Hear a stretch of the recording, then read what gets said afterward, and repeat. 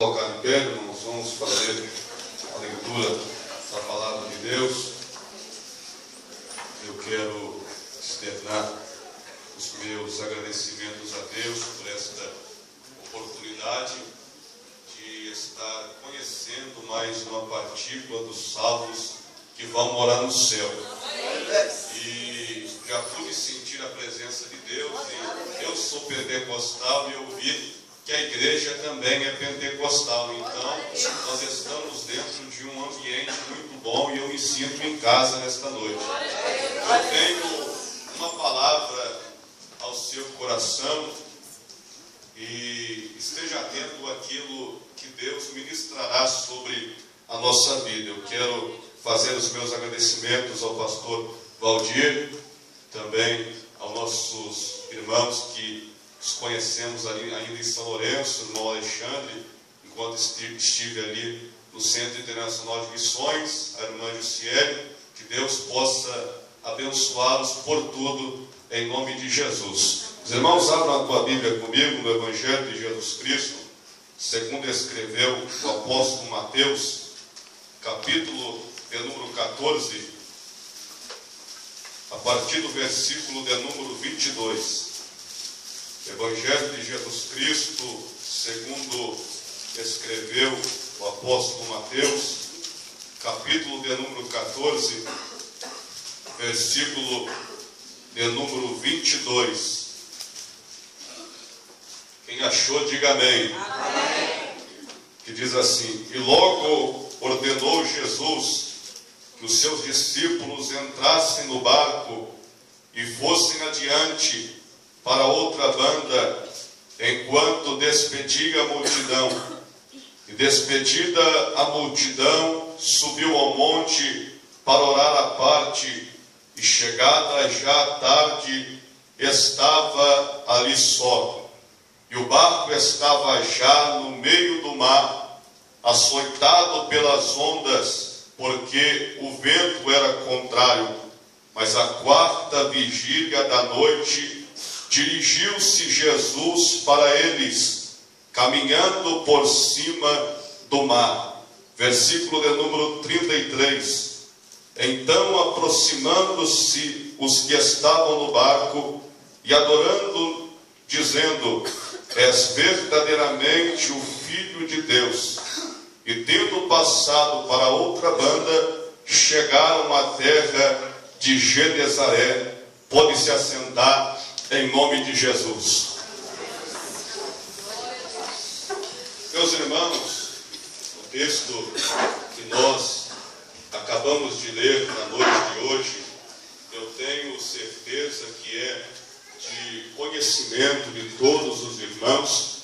Nós vamos ver a epígrafe enfatizando: Jesus anda sobre as águas. Quando nós chegamos no versículo de número 22, nós vamos ver Jesus dando uma ordem aos discípulos que eles subissem primeiramente no barco e depois partissem para o outro lado. A missão de Jesus era despedir a multidão que havia acabado de se saciar no deserto da multiplicação dos pães e dos peixes. Mas quando nós olhamos Jesus despedindo a multidão, Jesus ele disse para os discípulos que ele iria subir ao monte a fim de orar sozinho. Quando eu comecei a ler este texto, começou a surgir uma indagação em minha mente: o porquê que Jesus subiu ao monte sozinho desta vez e não levou consigo a Pedro, Tiago e a João, que todos nós sabemos que dos seus 12 discípulos eram os 3 mais íntimos, e que por muitas vezes na Bíblia vamos ver Jesus subindo ao monte e levando os 3, como no evento da transfiguração e também do Getsêmani. Mas desta vez Jesus despediu a Pedro, a Tiago e a João com todos os demais e pediu para eles que eles subissem ao barco e partissem porque o seu propósito agora era orar sozinho. Jesus saiu e subiu para o monte a fim de orar sozinho. Ora, estudando este texto, eu cheguei à conclusão, o versículo de número 22, ele é uma continuação do versículo de número 21, e os versículos que estão antes do 21, porque o texto está dentro de uma ordem cronológica, o milagre da primeira multiplicação dos pães, e posteriormente Jesus subindo para o monte e os discípulos enfrentando o mar da Galileia. Quando nós chegamos nos versículos anteriores, a Bíblia começa a tratar do primeiro milagre da multiplicação, que na visão de muitos é um dos milagres mais importantes do ministério terreno de nosso Senhor Jesus, sendo este descrito dentro dos 4 evangelhos, o único que foi descrito por Marcos, Mateus, Lucas e João, fazendo uma narração diferenciada deste milagre, porque a Bíblia nos diz que toda a multidão, antes de ser saciada, eles estavam num lugar deserto, e havia uma crença entre os judeus. Eles acreditavam que o Messias, ele se revelaria na Páscoa, e ele repetiria o milagre veterotestamentário do maná, aonde Deus deu à nação de Israel no deserto a se alimentar com pão dos céus durante um período de 40 anos. O interessante é que o povo estava no deserto, e a Bíblia diz no Evangelho de João, capítulo de número 6, versículo de número 4, que a festa da Páscoa era próxima. Quando Jesus realiza a multiplicação dos pães na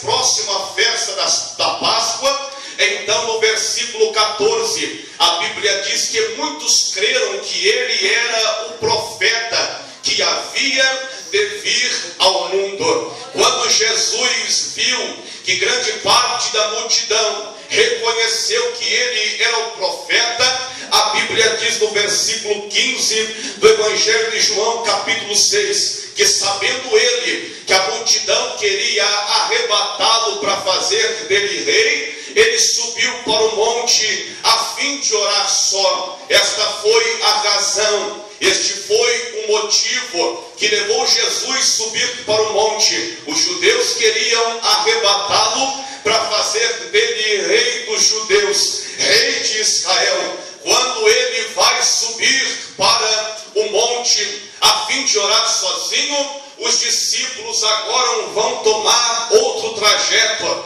vão tomar outro percurso, vão tomar uma outra direção. E no momento em que todos sobem ao barco e vão atravessar o mar da Galileia, nós vamos entender que o mar da Galileia vai se tornar um desafio na vida dos discípulos, porque Jesus deu uma ordem para eles atravessarem e chegarem do outro lado, que era a terra de Genezaré. O último versículo que nós lemos, a terra de Genezaré, dentro de 12 versículos, a Bíblia então, do 22 ao 34, começa a dar a nós uma narrativa com um começo, um meio e um fim. O começo no deserto de Betsaida, onde foi o milagre da multiplicação. O meio seria o mar da Galileia, o lugar onde eles iriam atravessar. E o fim seria Genezaré, que seria o cumprimento da palavra que foi dita no versículo de número 22. Então, dentro de 12 versículos, nós vamos ter um começo,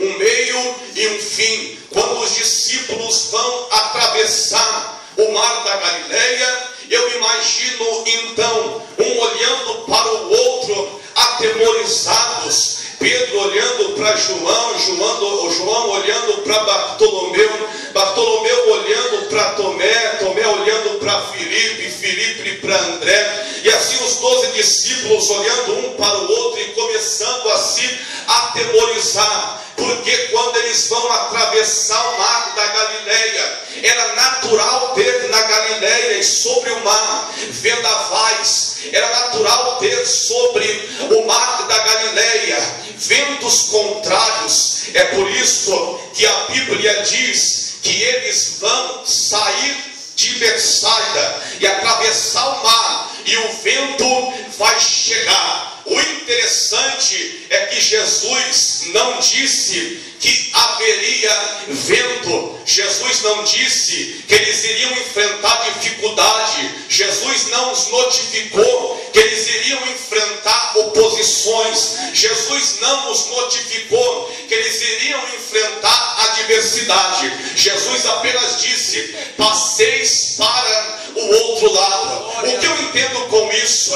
Eu entendo que Deus, ele sempre vai fazer a promessa, Deus, ele sempre vai fazer o projeto, Deus sempre vai lançar a palavra, e não os obstáculos, os detalhes que nós vamos ter que passar até para alcançar uma palavra da parte de Deus. Nós vemos isso na vida de José. José recebeu um sonho com 17 anos, e Deus deu a ele o sonho em que ele estava no campo, e os seus irmãos, que estavam representados como 11 estrelas, se dobravam diante do sol e se prostravam a ele. Depois ele viu 12 feixes, e os 11 feixes representavam seus 11 irmãos, que se dobravam diante do feixe de José, que era o maior. Na verdade, tudo já estava anunciando para aquilo que iria acontecer depois de muitos anos. José recebeu o sonho, ele estava com 17,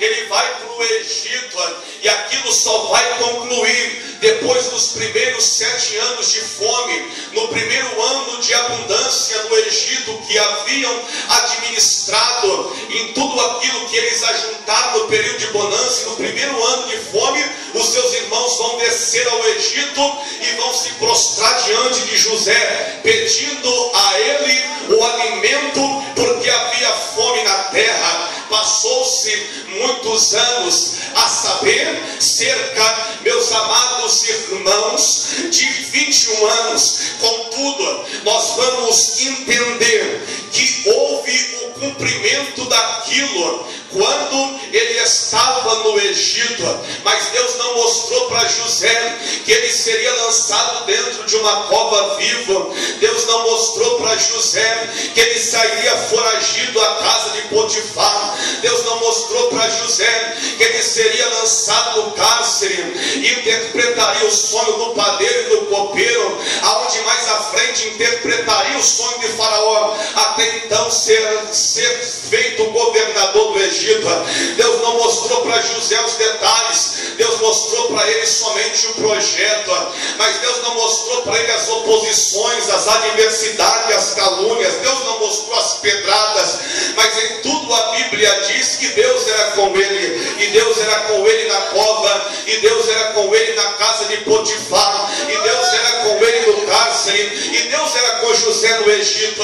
Na verdade, Deus não mostra os detalhes, mas quando os detalhes começarem a aparecer e as oposições chegarem, nós temos que ter uma certeza: Deus é conosco em tudo que nós formos passar, Deus é conosco em tudo que nós formos enfrentar, Deus é conosco em tudo aquilo que possa vir contra a nossa vida, se nós estamos debaixo de uma promessa. Ora, porque Deus, ele faz com que coloque tudo aquilo que você vai passar como dentro de uma gaveta, e ele esconde aquilo, e ele oculta aquilo, porque Deus a princípio não quer te desanimar. Se Deus me mostrasse para mim no início de meu ministério tudo aquilo que eu iria passar para me chegar até aqui, eu diria: Deus, eu não posso, eu não vou conseguir, mas passa isso para outra. Mas Deus não, Deus, ele lançou somente a palavra, Deus lançou somente o projeto, Deus lançou somente a sua promessa, e não mostrou, meus irmãos, os detalhes,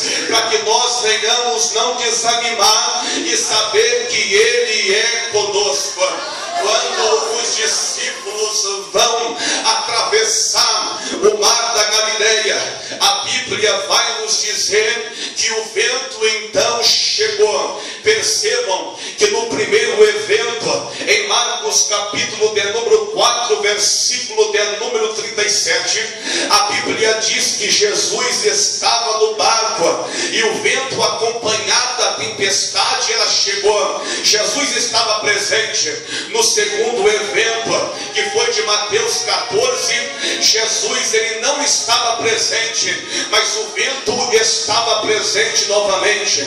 O vento estava quando Jesus estava, e o vento está quando Jesus não está. É por isso que Mateus ele disse no seu evangelho, capítulo de número 5, versículo 45, que o sol ele nasce para os bons e para os ruins, e a chuva ela desce sobre os fiéis e sobre os infiéis.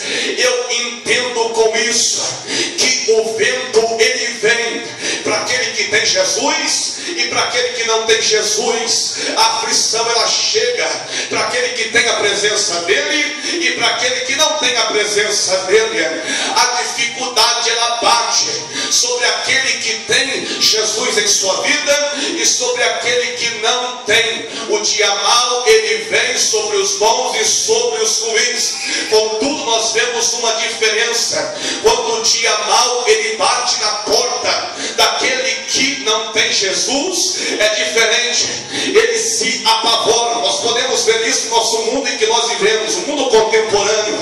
As pessoas apelam à psicologia, querem dar cabo da sua vida, porque não sabiam que ia vir aquilo sobre ela, e pensam que aquilo não vai passar, mas vai destruir a sua vida. Mas aquele irmão que tem a presença dele, ainda que ele não esteja presente naquele momento, porque ele não está usando o seu atributo incomunicável da sua onipresença, ele está no monte, mas os discípulos sabem, se ele não está aqui, ele está no monte. Mas nós, irmãos, sabemos que temos a presença dele, que a aflição pode bater, mas ela passa. A dificuldade pode bater, mas ela passa. A aflição pode bater, mas ela passa. O desespero pode soprar, mas ele passa. Até os céus e a terra um dia vai passar. O que não passa é as palavras do Senhor. E se foi ele mesmo que disse que nós vamos chegar do outro lado, pode se levantar a oposição que for, vai passar, vai cair. Pode se levantar o vendaval que for, vai passar, vai cair. Porque quem nos prometeu não foi o homem para mentir. Quem nos prometeu foi Deus.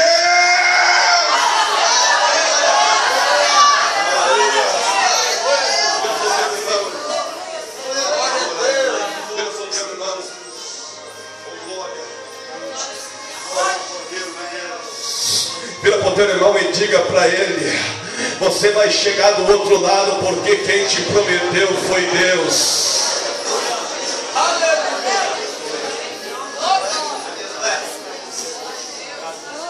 Quando nós olhamos para a Bíblia vai dizer que o vento era contrário. O vento, na verdade, era apenas mais um fator daquilo que era contrário. Porque no primeiro evento Jesus estava. Se ele não está no segundo evento, mais uma coisa se torna contrária. A presença de Jesus que não está no barco é a solidão.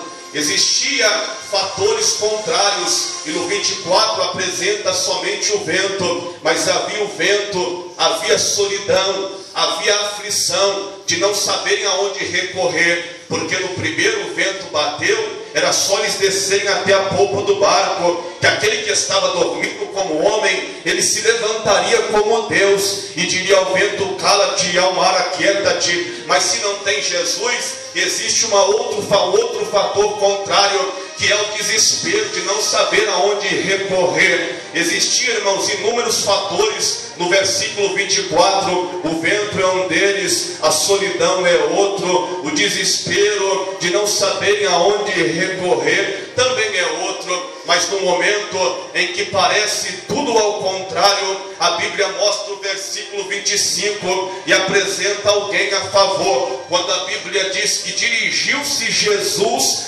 para eles. Tudo parecia contrário, mas existia alguém a favor. Quando nós olhamos que as contrariedades eram muitas, mas a favor era somente um. É por isso que o salmista Davi, ele disse no Salmo 34, versículo 19: muitas são as aflições do justo, mas o Senhor de todas as livras. Percebam, aflições no plural, mais de uma, são muitas, mas o Senhor, somente Ele, no singular, o livra de todas. O salmista também disse no Salmo de número 91: aquele que habita no esconderijo do Altíssimo, a sombra do Onipotente descansará. Direi no Senhor. Ele, percebam, Ele é o pronome singular, atribuindo somente a Deus. Ele me livrará do laço do passarinheiro, da peste perniciosa, me cobrirá com as suas penas, debaixo de suas asas eu estarei seguro. A sua verdade é escudo e broquel. Aí quando ele vem desde o versículo 2, atribuindo ele somente a Deus, chega ao versículo 7 e o salmista diz: 1000 cairão ao meu lado e 10.000 à minha direita, mas eu não serei atingido, porque existe alguém comigo. Meus irmãos, pode se levantar o inferno contra o teu barco, mas se ele está contigo, o inferno inteiro vai cair. Pode vir aflição, irmãos, somadas, multiplicadas, no plural contra o seu barco, mas se existe um Deus no singular, vindo ao encontro dele, pode ficar tranquilo, ele é poderoso para te livrar. Quem acredita, levanta a mão para adorar.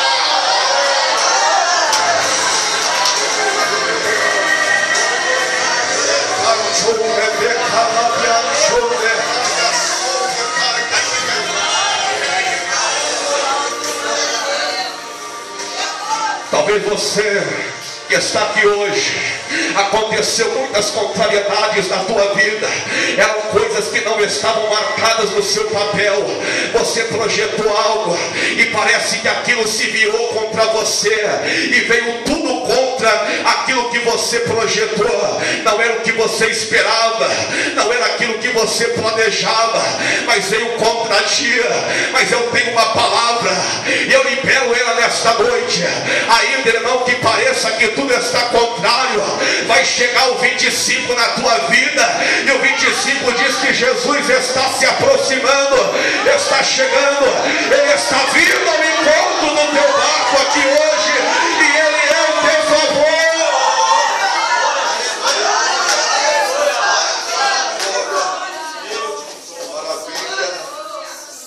Foi neste momento em que Jesus, ele está se aproximando. A Bíblia nos diz que os discípulos começam a gritar com medo, pensando que era um fantasma.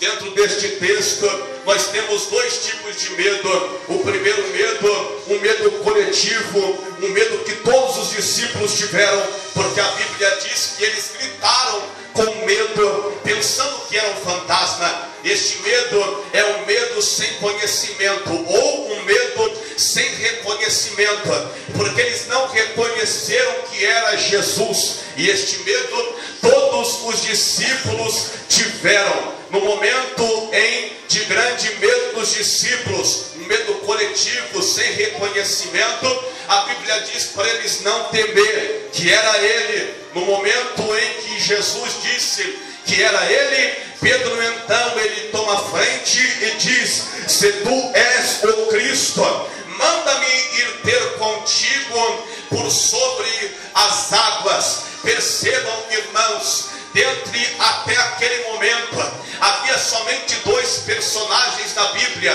que haviam andado por sobre as águas. Um deles era o Espírito Santo. A Bíblia diz em Gênesis capítulo 1 versículo 2: havia trevas sobre a face do abismo, e o Espírito de Deus pairava por sobre a face das águas. Mateus capítulo 14, Jesus ele vem como Deus Filho, andando por sobre as águas. Até aquele momento, quem havia andado por sobre as águas era o Deus Espírito, e era o Deus Filho. Senhor, quando nós olhamos o pedido de Pedro para andar sobre as águas, nós vamos compreender a atitude e o pedido de Pedro, que foi um pedido, ainda que ele não saiba, um pedido audacioso. Por que, pregador? Eu vou te explicar. O apóstolo João, ele disse que nós servimos a um Deus, e este Deus ele se manifesta de três formas. João capítulo de número 1, versículo de número 7, se não me foge da memória, João disse que estas três coisas testificam no céu: o Pai, a palavra que é Jesus e o Espírito Santo. Estes três, eles são um. Percebam que nós servimos um Deus uno, mas ao mesmo tempo trino. Se o Espírito Santo havia andado sobre as águas, e se Jesus havia andado sobre as águas, mas nós servimos uma Trindade Santa, quem tinha que andar sobre as águas não era Pedro, quem tinha que andar sobre as águas era o Deus Criador dos céus e da terra. Nenhum homem até aquele momento havia andado sobre as águas. Moisés vai passar o Mar Vermelho com o povo de Israel em seco. Josué vai passar o Jordão com o povo de Israel em seco. Eliseu vai passar o Jordão lançando a capa de Elias com os filhos dos profetas em seco. Mas Pedro não. Pedro queria fazer o que homem algum fez. Pedro queria andar sobre as águas. Mas eu vos disse que se fosse para alguém andar sobre as águas, não tinha que ser Pedro, tinha que ser Deus Criador, porque somente ele dentro da Trindade não havia andado. O pedido de Pedro foi um pedido tão audacioso que fez com que Pedro quisesse entrar no lugar que era de Deus. Pedro queria fazer o que era para Deus fazer. Pedro queria colocar o pé na frente de Deus. Pedro quis colocar o boi na frente dos carros. Pedro queria tomar a frente de Deus. Irmãos, e todo aquele que quer tomar ou que quer fazer aquilo que é de Deus, ele não sobe, ele desce. E dentro deste texto, a queda começa no versículo de número 29, quando a Bíblia diz: e descendo ele do barco. Pedro não começou a cair quando ele afundou no mar. Pedro começou a cair e a sua queda começou a descer. Foi no versículo 29, quando a Bíblia diz: e descendo ele do barco.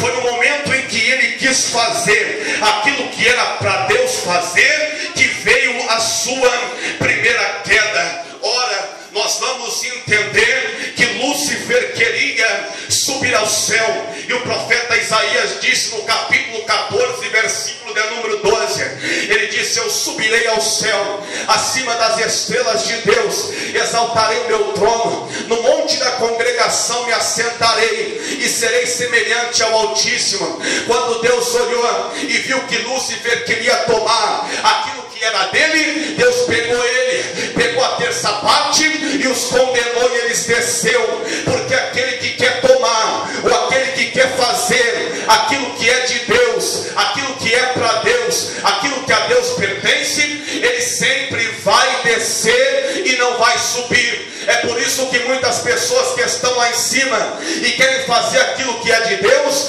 começam a descer. É por isso que muitas pessoas que estão num degrau mais elevado e pensam que estão assim, querem começar a fazer, a tomar aquilo que é de Deus, Deus começa a abater ele e ele começa a descer. Aquele que quer fazer aquilo que é de Deus, ele não sobe, ele desce.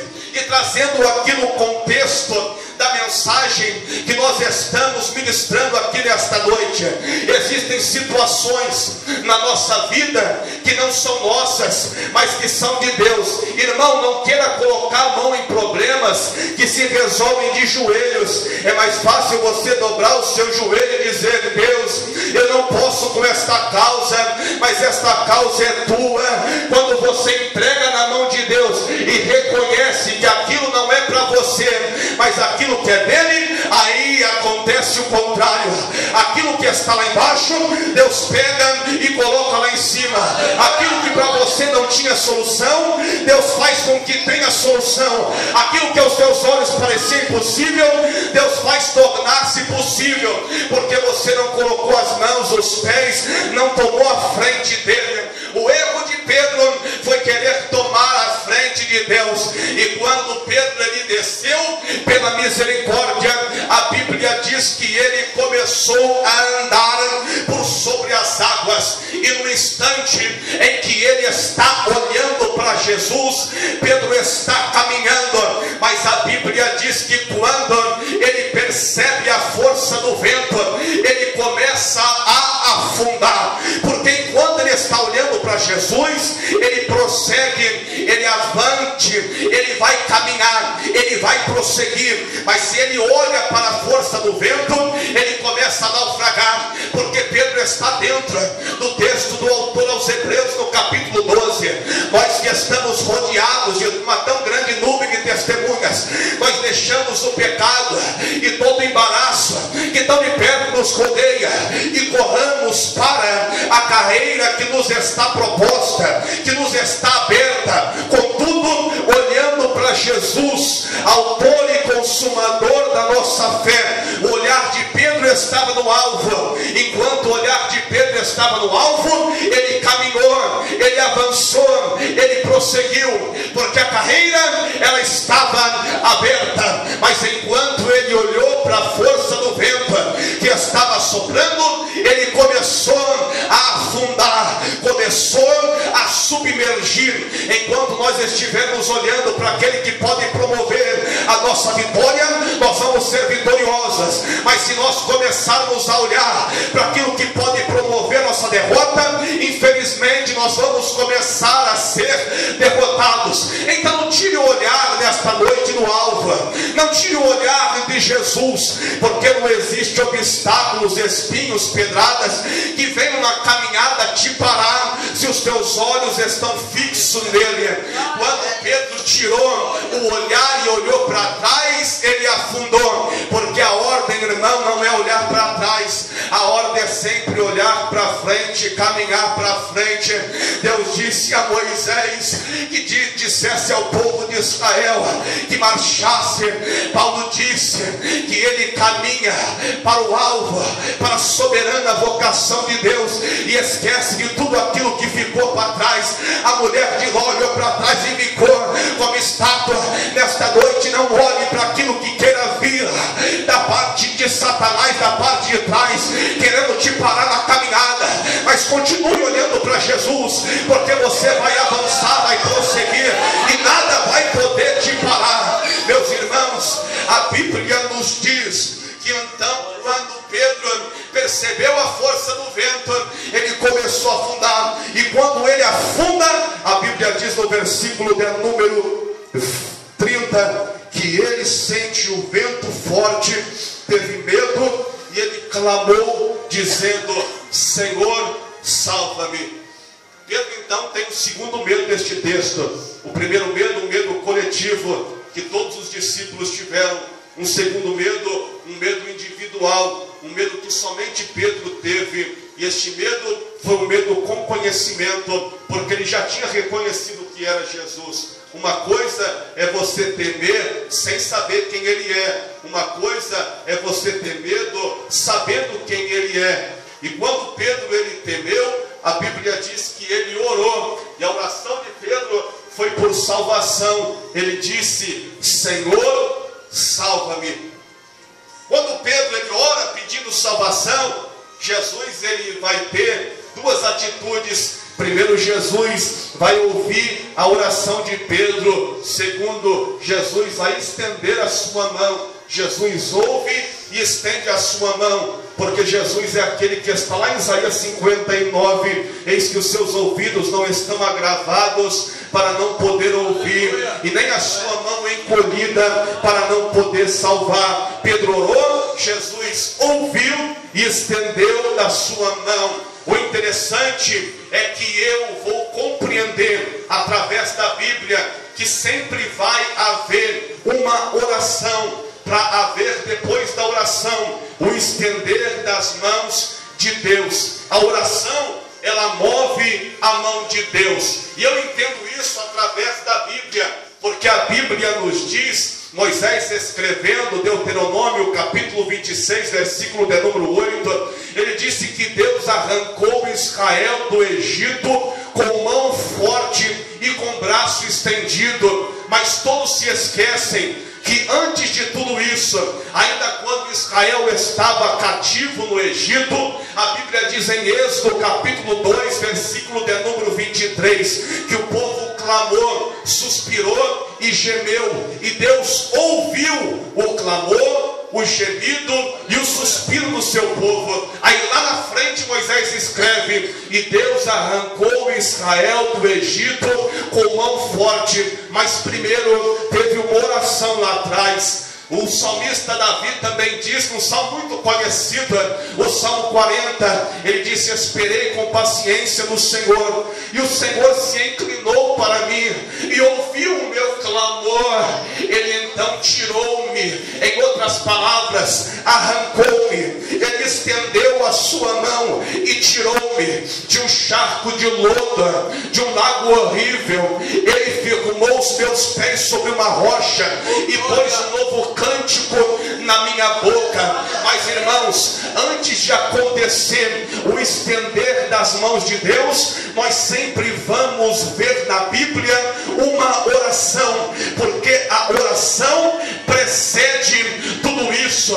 Então o que Deus está esperando para estender a sua mão? Deus está esperando uma oração. O fato é que muitos não conseguem orar, não tem condição de orar. Aí Deus espera de mim e de você orar para Deus estender a sua mão. Eu vou mais a fundo. Sabe por que você está aqui hoje?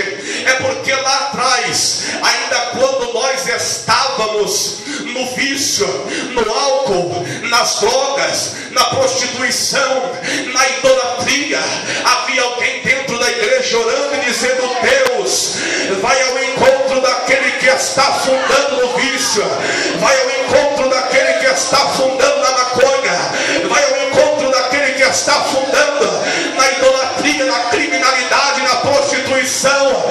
Estende nas tuas mãos, ó Deus, resgata ele. A solução está aqui hoje, irmão. Deus te tirou lá atrás porque houve uma oração, ele ouviu e estendeu a sua mão e te colocou aqui para glorificar o seu nome.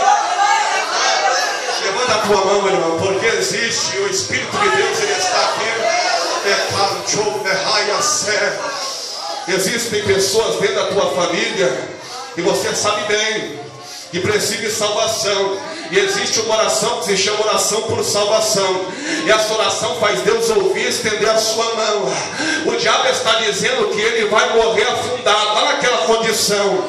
Mas Deus me trouxe aqui hoje para dizer que ele está esperando somente uma oração, para ele estender a mão e resgatar a tua família, para ele estender a mão e resgatar o teu filho, para ele estender a mão e resgatar aquele que está se afundando, aquele que está se perdendo, aquele que está perecendo. Satanás está dizendo que ele vai morrer naquela condição, mas Deus me trouxe aqui para dizer que as mãos de Jeová estão sobre este lugar, e ele vai pegar, vai resgatar.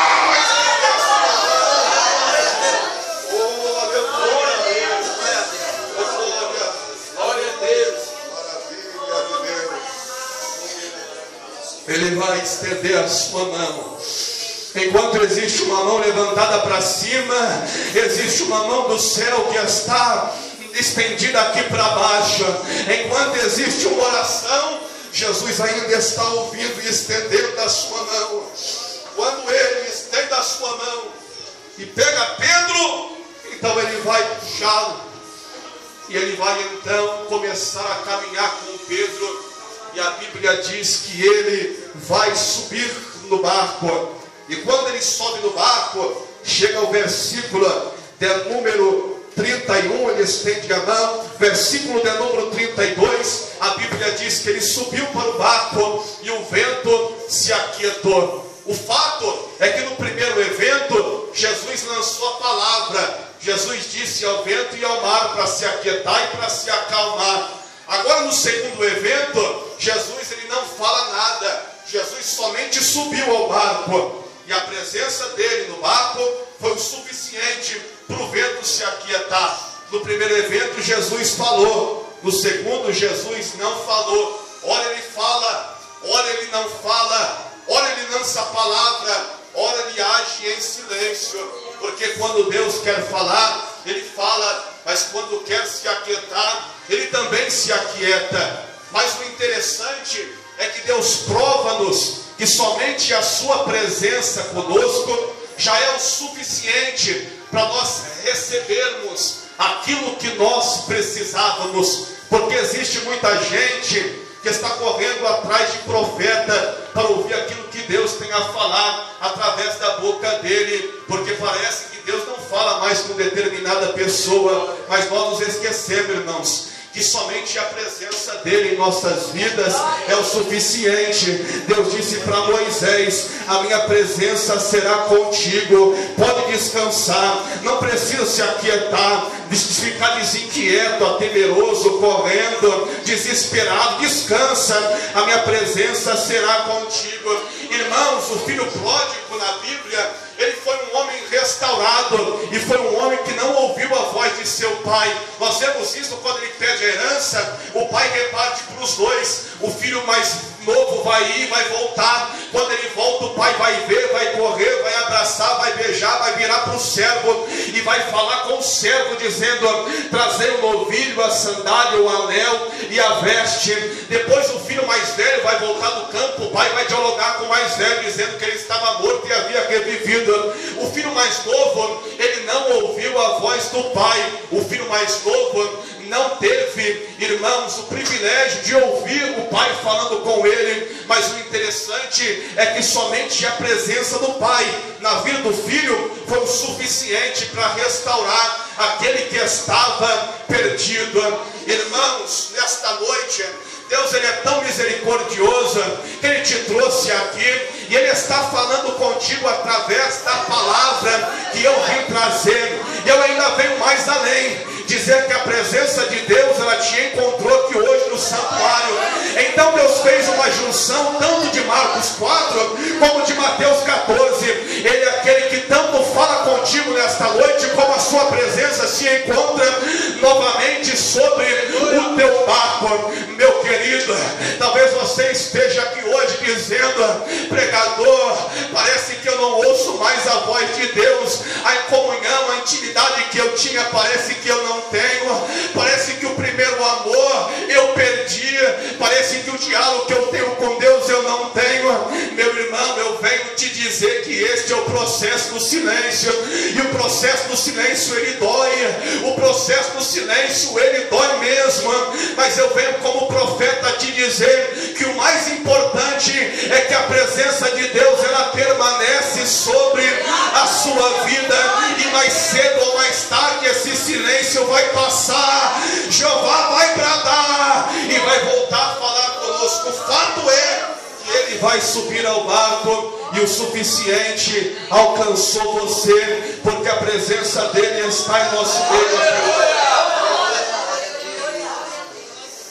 Quando Jesus sobe, nós vamos encerrar. A Bíblia diz que aqueles que estavam no barco o adoraram. Hoje é culto de adoração. Eles adoraram. E quando eles adoraram, no versículo 33, no versículo 34, a Bíblia diz: e eles chegaram à terra de Genezaré. Porque a oração, ela move as mãos de Deus, mas a adoração faz você chegar nos lugares que o próprio Deus determinou para a sua vida. Existem duas chaves que abrem a porta de Genezaré, e esta chave é a chave da oração e a chave da adoração.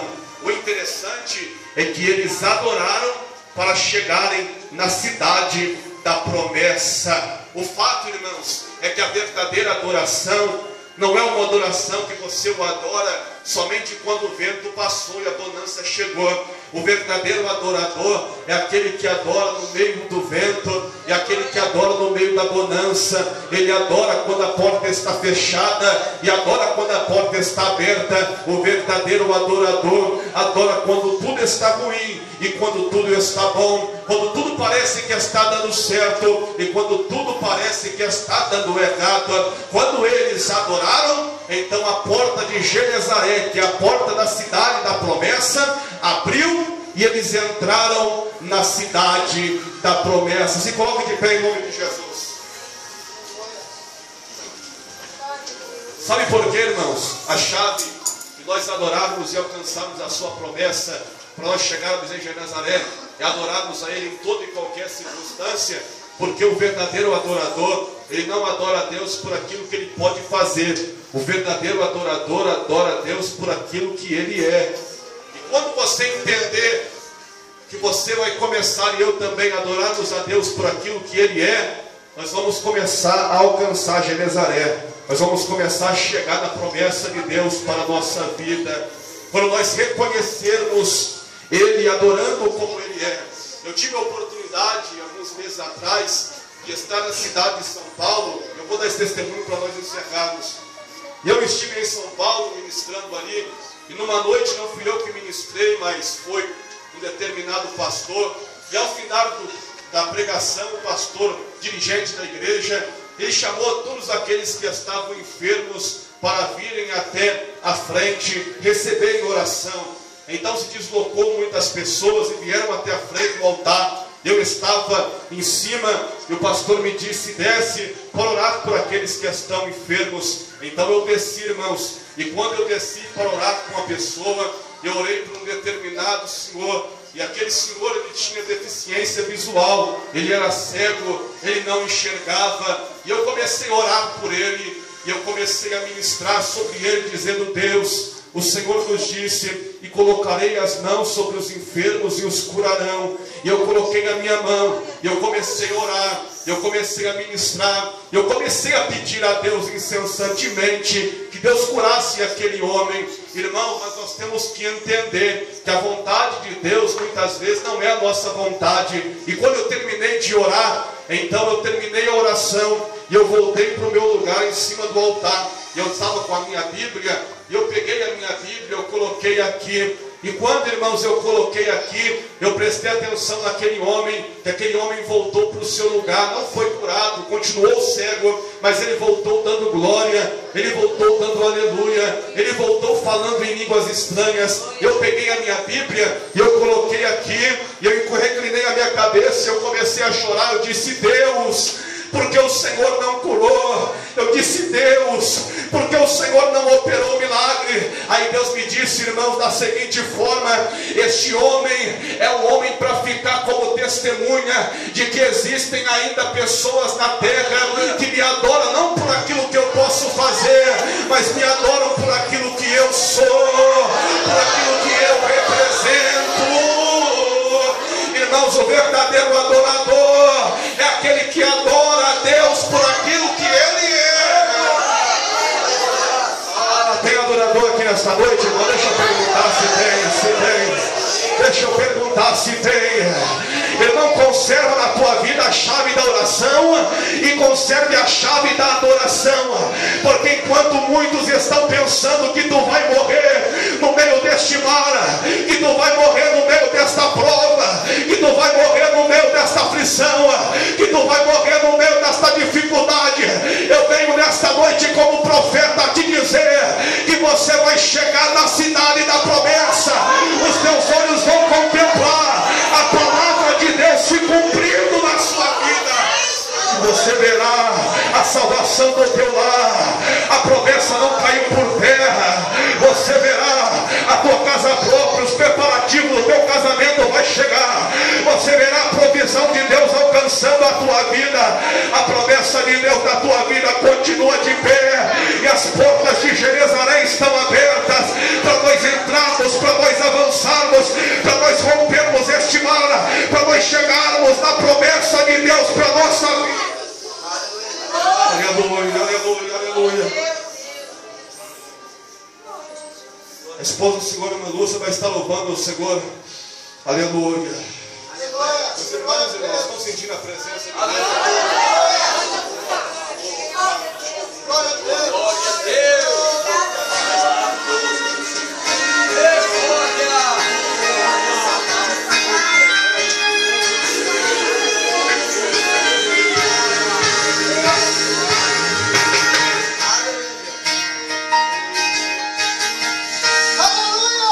Deus não vai deixar. Glória a Deus. Aleluia, aleluia. Você não vê. Essa luta vai passar. Ele hoje vai cessar todo sofrimento. Vai cessar porque Ele já chegou. Ele nos encontrou, está entrando conosco em Jerusalém.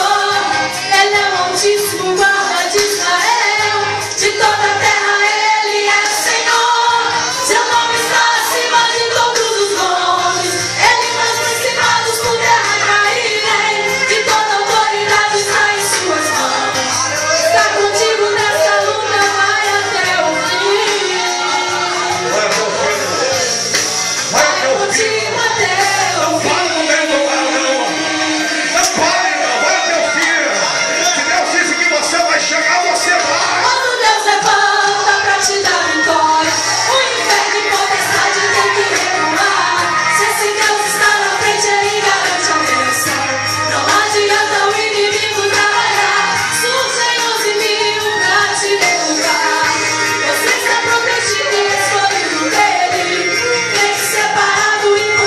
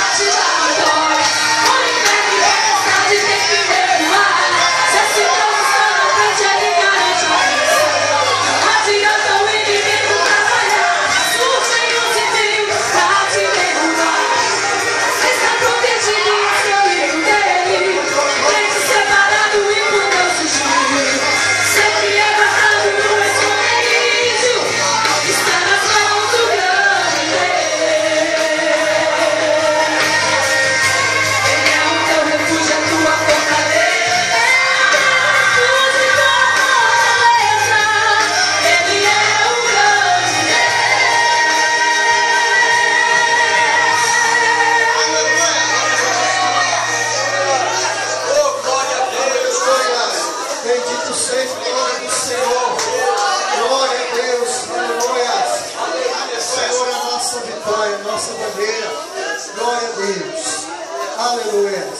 Deus abençoe nosso irmão. O Senhor falou poderosamente em nosso meio. Glória a Deus. Queridos, amanhã